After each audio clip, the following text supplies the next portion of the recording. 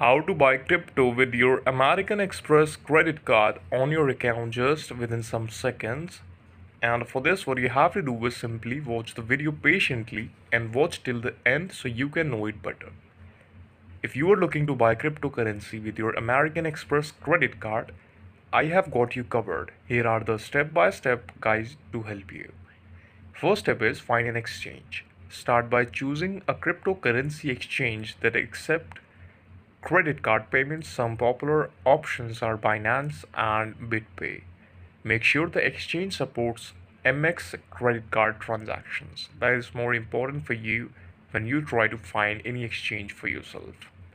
Second is sign up on the chosen exchange and complete the KYC verification process. If you're already, then it will save you time. This step ensures compliance with the regulations and help protect your account. Once your account is set up, link your Amex credit card. You will need to provide the necessary card informations such as your credit card number, EMI number, your civil card number.